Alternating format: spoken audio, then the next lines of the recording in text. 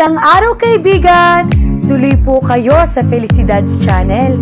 Sa mga kwento ng buhay at pag-ibig na hinalukay sa natatagong baul ni Felicidad. Pero bago po tayo magpatuloy, huwag niyo pong kalilimutan na i-like ang video, i-subscribe ang channel, at i-click ang notification bell para lagi kayong updated sa mga parating pa na upload.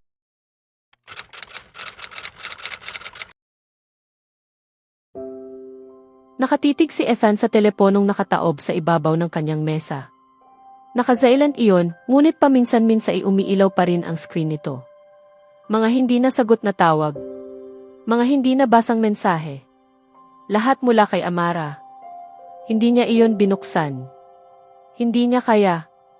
Bahagyang dumampi ang kanyang mga daliri sa aparato. Natutuksong pulutin iyon, natutuksong marinig ang tinig nito. Kahit pa para lamang sigawan siya, pakiusapan o sumbatan. Ngunit hindi niya ginawa. Sa halip, sumandal siya sa kanyang upuan at marahang hinagod ang kanyang mukha. Paulit-ulit na naglaro sa isip niya ang nangyari kagabi na para bang isang pelikulang ayaw tumigil. Ang ulan. Ang tunog ng boses nitong tumatawag sa kanyang pangalan. Basag at desperado. Ang tanawin ng pagkadulas nito sa basang kalsada at pagkapaluhod habang hinahabol ang kanyang sasakyan. Nakita niya itong bumagsak. At nagpatuloy pa rin siya sa pagmamaneho. Malupit ba siya? Makasarili? Marahil. Ngunit alam din niyang kung huminto siya. Kung bumaba siya ng sasakyan, tinulungan itong makatayo at hinalikan ang buhok nito gaya ng lagi niyang ginagawa, babalik siya. Mananatili siya. At ang pananatili ay nangangahulugang magiging kapareho pa rin siya ng lalaking naging siya sa loob ng 9 na taon. Palagian, komportable, ngunit unti-unting namamatay sa loob. Kaya nagpatuloy siya sa pagmamaneho. At nauwi sa villa ni Judy Ann. Malabo na sa isip niya ang sumunod na gabi. Sinalubong siya ni Judy Ann sa pintuan na para bang isang gantimpalang kanyang napanalunan, niyakap siya nito, at bumulong ng matatamis na salitang pansamantalang nagpamanhid sa kerot sa kanyang dibdib. Magdamag silang magkayakap sa mamahaling sapin nitong seda, nalulunod sa lahat ng bagay na pakiramdam niya ibago at ipinagbabawal. Ngayong umaga, iniabot nito sa kanya ang susi ng isang bagong sasakyan. Isang regalo. Isang gantimpala. Ngayon ay nakatitig siya roon sa mga susi na nakapatong sa kanyang mesa. Dapat sana'y masaya siya. Malaya. Ito ang buhay na pinili niya. Karangyaan, kapangyarihan, at isang babaeng sumasamba sa kanya at tinatrato siyang parang sentro ng mundo nito. Ngunit hungkag ang pakiramdam ng kanyang dibdib. Dahan-dahan niyang nilibot ng tingin ang kanyang opisina. Ang kanyang opisina. Lahat ng pinaghirapan niya, bawat pangarap na buong higpit niyang inabot. Bakit parang hindi pa rin iyon sapat? Bahagyang lumangit-ngit ang pagbukas ng pinto. Ethan, malambing na saad ni Judy Ann habang pumapasok, dala ang liks at mapang-akit nitong tindig.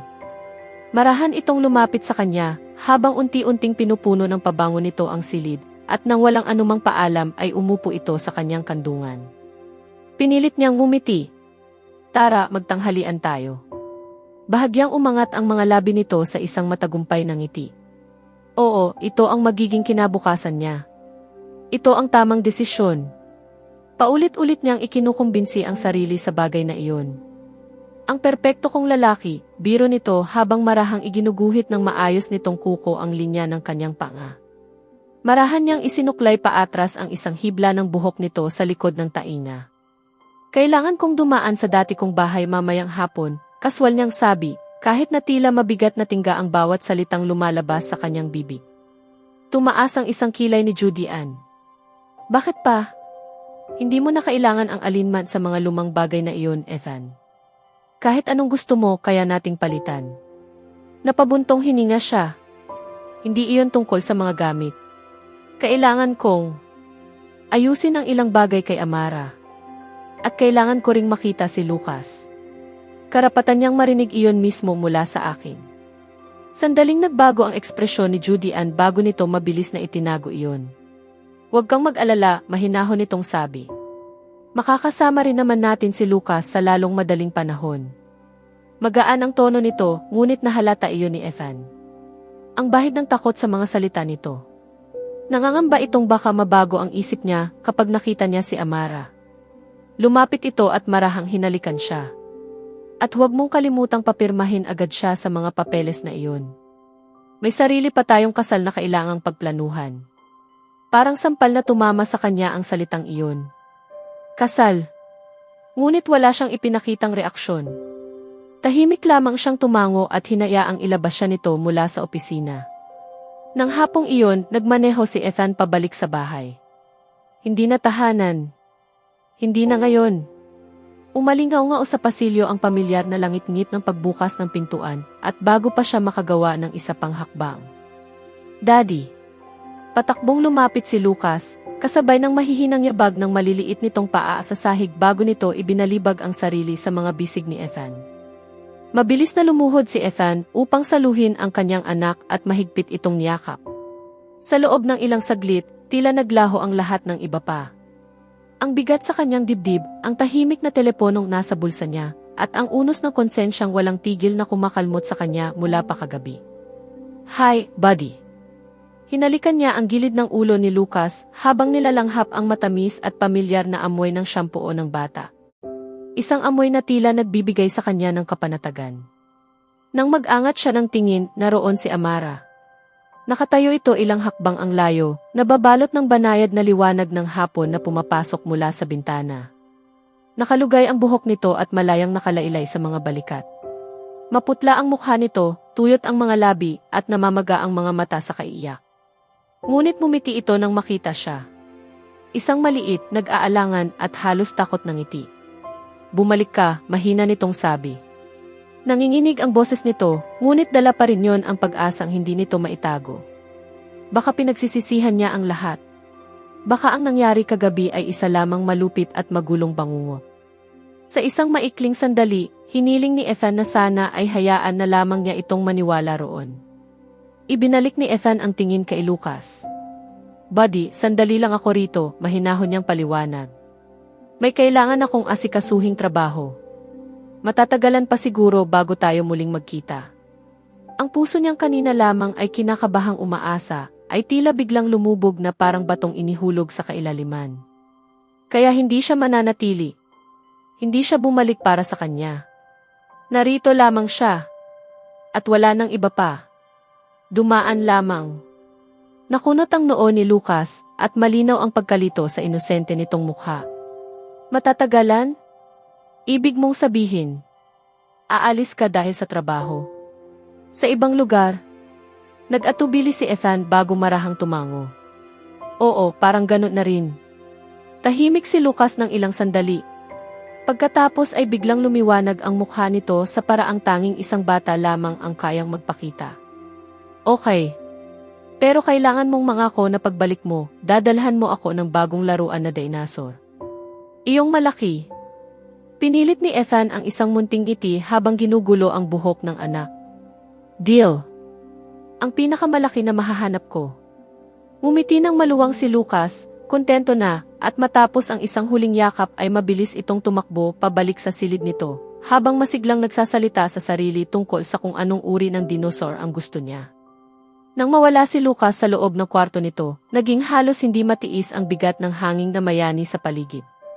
Nakabibinging katahimikan ang sumunod. Lumapit si Amara. Bumalik ka, muli nitong sabi, mas mahina na ngayon ang tinig. Hindi magawang salubungin ni Ethan ang mga mata nito. Nilagpasan niya si Amara at dumiretso sa silid. Binuksan niya ang aparador, tinitigan ang kanyang mga damit at muli rin iyong isinara. Tama si Judy Ann. Hindi niya kailangan ang alinman sa mga ito. Lahat ng naroon ay kayang palitan. Kayang bilhin muli. Ngunit ang mga alaala.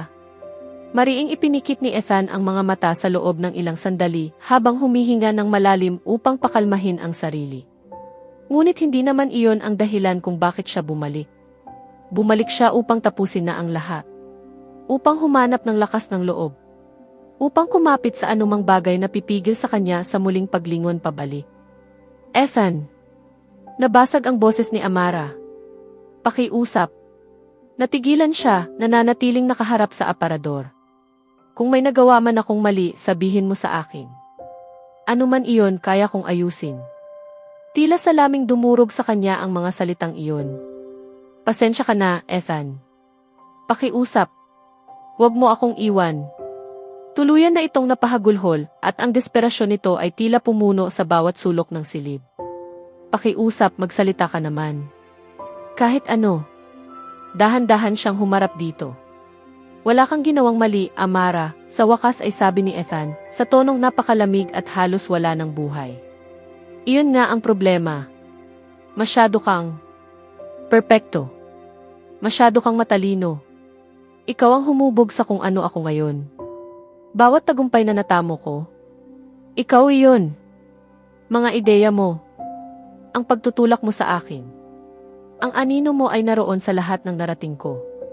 Mabilis na kumurap si Amara, pilit inuunawa ang ibig niyang sabihin. Kaya, masama iyon? Na gusto kong magtagumpay ka? Ethan, ang gusto ko lang naman ay samahan ka.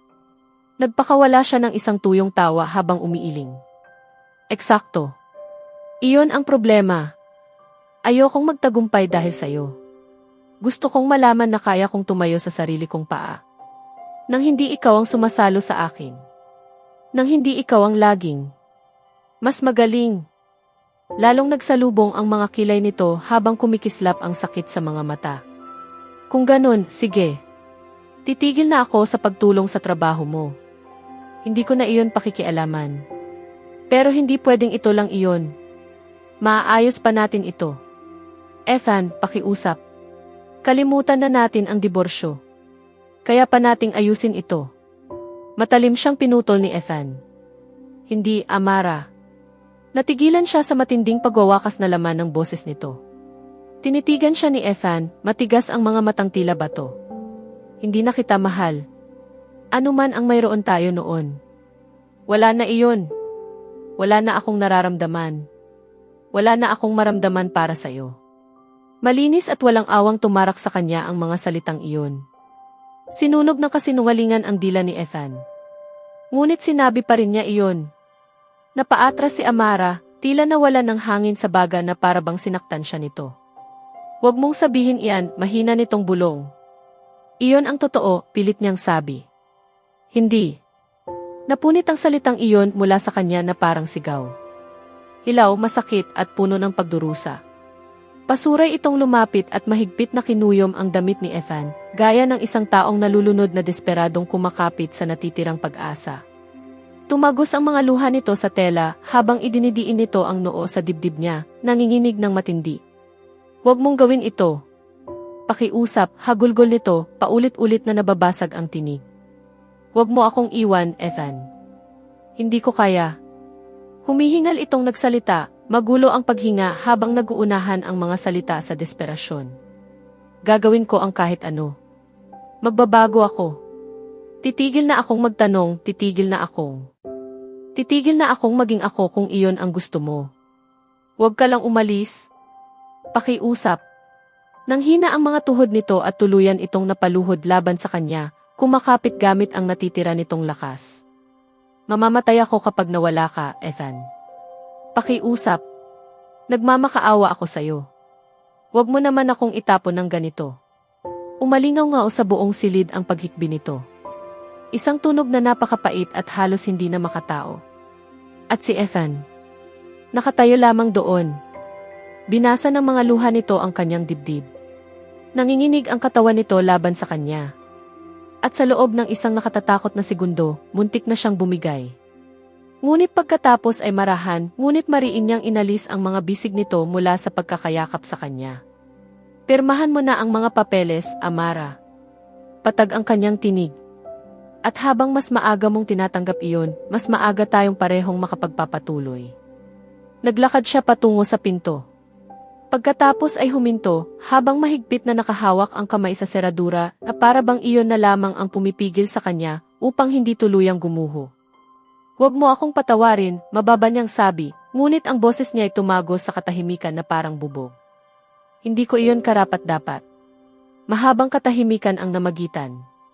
Pagkatapos ay muli siyang nagsalita, hindi man lamang lumilingon, bawat salitang binibigkas ay sinadya at malupit sa tindi ng pagwawakas na dala nito. At kahit patawarin mo man ako, Ayoko pa rin noon. At pagkatapos nyon, umalis siya. Iniwan ng babaeng bumuo ng kanyang mundo upang sirain naman niya ang sarili sa panibagong mundong pinili niya. Nanatiling nakatayo si Amara sa gitna ng sala, nakatitig sa pintuang nilabasan ni Ethan. Paulit-ulit pa ring umaalingaw-ngao sa isip niya ang mga huling salitang binitiwan nito. Huwag mo akong patawarin. At kahit patawarin mo man ako, ayoko pa rin noon. Pakiramdam niya itila sa pilitang inagaw ang bawat hininga mula sa kanyang mga baga. Dahan-dahang napaluhod si Amara sa sahig, nakadiin ang mga palad sa malamig na kahoy habang nanginginig ang kanyang katawan na parabang tumatangging tanggapin ang realidad na kabibigay lamang sa kanya. Nakatitig siya sa espasyong pinagkatayuan nito, sa bakas ng tinig nitong patuloy pa ring umaalingaw-ngao sa kanyang pandinig. Kasalanan ko ba talaga ang lahat ng ito? Totoo ba talaga ang sinabi mo, Ethan? Na hindi mo na ako mahal? Sumikip ang dibdib ni Amara habang sunod-sunod na rumagasa sa isip niya ang mga tanong na tila isang malupit na bagyo. Sinubukan mo bang itanggi ang katapatan ng puso ko? Matapos ang lahat ng ibinigay ko sa'yo? Matapos ang lahat ng ibinuhos ko para sa atin? Naalala niya ang mga gabing walang tulog, ang mga sakripisyong tiniis niya, at ang paraan ng pag-angat niya kay Ethan sa tuwing pinagdududahan nito ang sarili. Ibinigay niya rito ang lahat. Ang buhay niya, ang mga pangarap niya, ang buo niyang puso. Sinubukan ko ng buong lakas. Para lamang mahawakan kahit kalahati ng pagmamahal mo. Ngunit hindi pa rin iyon naging sapat. Hindi para sa kanya. At sa huli, itinapon mo lang ako. Na para bang wala akong halaga. Para bang isa lamang akong bagay na maaari mong bitawan kailan mo man gustuhin. Muling bumuhos ang mga luha niya. Mainit at walang tigil. Siguro hindi na lang sana kita nakilala sa buhay na ito. Siguro kung ganon, hindi ko malalaman kung gaano kasakit ang tuluyang madurog ng ganito. Mariin niyang ikinuyom ang mga kamay sa ibabaw ng kanyang dibdib. Sinira mo ako. At ngayon, naiwan akong nakatayo sa mga guho ng kung ano tayo noon, nagluluksa sa isang pag-ibig na akala ko'y hindi matitinag kailanman. Napasamid siya sa paghinga habang isang hungkag na tawa ang kumawala sa gitna ng kanyang paghikbi. Ngayon alam ko na kung gaano ako kawalang halaga sa paningin mo. Nanginginig niyang idiniin ang isang kamay sa kanyang dibdib, na para bang kaya niyang pagdugtungin muli ang mga piraso ng kanyang puso, na para bang kaya niyang pigilan ang pagdurugong walang sinuman ang nakikita. Ngunit wala ng paraan upang pigilan iyon. Umalingaw-ngaw sa loob ng walang lamang bahay ang kanyang mga hikbi hanggang sa tuluyan ding maubos ang mga iyon, at ang naiwan na lamang ay isang hungkag na katahimikan. Nakahiga siya roon sa loob ng tila napakahabang oras, nakatitig sa kisame gamit ang namamaganyang mga mata, habang wala ng luhang pumapatak. Hindi siya makasigaw. Hindi siya makagalaw. Hindi na rin siya makaramdam. Para bang kinuha na ni Ethan ang lahat sa kanya. Ang pagmamahal niya, ang pag-asa niya, maging ang mismong kaluluwa niya. At iniwan siyang walang-wala. Marahang kumurap si Amara habang lumalabo ang kisame sa kanyang paningin. At sa unang pagkakataon sa buong buhay niya, tunay niyang naunawaan kung ano ang pakiramdam ng tuluyang mamanhid. Sa susunod na kabanata, tuluyang haharapin ni Amara ang pinakamadilim na yugto ng kanyang buhay, habang unti-unti niyang napagtatanto na hindi lamang puso niya ang winasak ni Ethan, kundi pati ang pagkataong matagal niyang binuo para sa kanilang dalawa. Samantala, magsisimula namang lamunin si Ethan ng matinding konsensya nang matuklasan niyang may isang katotohanang hindi niya inaasahang mawawala sa kanya habang buhay. Kaya abangan natin